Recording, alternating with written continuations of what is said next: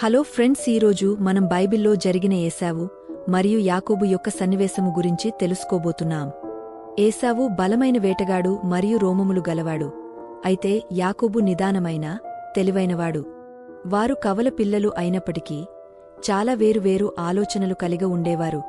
ఒకరోజు వారి తండ్రి ఇస్సాకు తన ప్రత్యేక ఆశీర్వాదాన్ని ఇవ్వడానికి సిద్ధమయ్యాడు.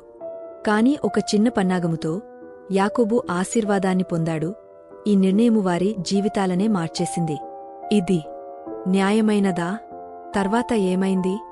మనం ఈ ఘటన నుండి ఏమి నేర్చుకోవాలి? దేవుని ప్రణాళిక, ఎంపికలు మరియు క్షమాపణ గురించి తెలుసుకుందాం రండి. ఏశావు మరియు యాకోబు ఇద్దరు ఇస్సాకు రిబ్కాల యొక్క కుమారులు.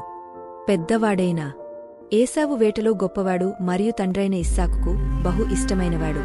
అయితే చిన్నవాడైన యాకోబు మౌనంగా ఉండేవాడు మరియు తల్లి రిబ్కా బాగా ఇష్టపడే కుమారుడు. ఇస్సాకు ముసలివాడాయ్. అతని చూపు సరిగా కనిపించకపోవడంతో తన పెద్ద కుమారుడైన ఏశావును పిలిచి ఆశీర్వాదాన్ని ఇవ్వాలని నిర్ణయించుకున్నాడు.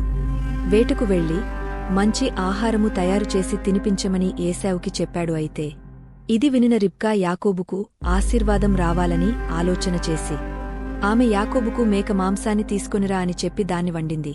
మరియు యాకోబుకు ఏశావు బట్టలు వేసి యాకోబు చేతులపై మేక చర్మమును కప్పి ఏశావులా తయారుచేసింది. యాకోబు భోజనం తీసుకువెళ్లి ఇస్సాకు ఇచ్చినప్పుడు ఇస్సాకు కొంత అనుమానం కలిగింది. కాని చివరికి ఆశీర్వదించాడు. కొంతసేపటి తర్వాత ఏశావు చేసి వేటాడి తీసుకొచ్చిన భోజనం అందించినప్పుడు యాకోబు ఇప్పటికే ఆశీర్వాదం తీసుకున్నాడని తెలుసుకుని తీవ్రంగా కలత చెందాడు. అతను తండ్రిని బ్రతిమిలాడినా ఇస్సాకు యాకోబునకు ఇచ్చిన ఆశీర్వాదాన్ని వెనక్కి తీసుకోవడం అవ్వలేదు. తండ్రి యాకోబుకు ప్రధాన ఆశీర్వాదమిచ్చిన కారణంగా ఏశావుకు చిన్న ఆశీర్వాదం మాత్రమే మిగిలింది. ఇలా జరగడము వాళ్ల ఇద్దరు అన్నదమ్ముల మధ్య ఘర్షణ తలెత్తింది. ఏశావు చాలా కోపంతో యాకోబునకు హాని చేయాలని ఆలోచన చేశాడు. దీనిని గ్రహించిన రిబ్కా యాకోబును తన అన్న అయిన లాబాను దగ్గరకు పంపించింది.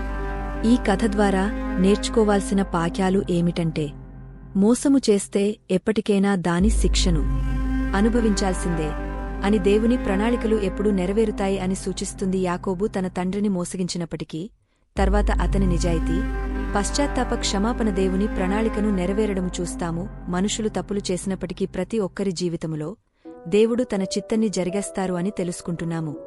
మీరు ఈ పాఠము నుండి ఏమి నేర్చుకున్నారు? కామెంట్స్లో తెలియజేయండి. మరిన్ని అద్భుతమైన బైబిల్ ఆధ్యాత్మిక పాఠాల కోసం లైక్, షేర్ మరియు సబ్స్క్రైబ్ చేయడం మర్చిపోవద్దు. దేవుని పనిలో పాలిభాగస్థులు అయినందుకు వందనాలు. దేవుడు మిమ్మల్ని దీవించునుగాక.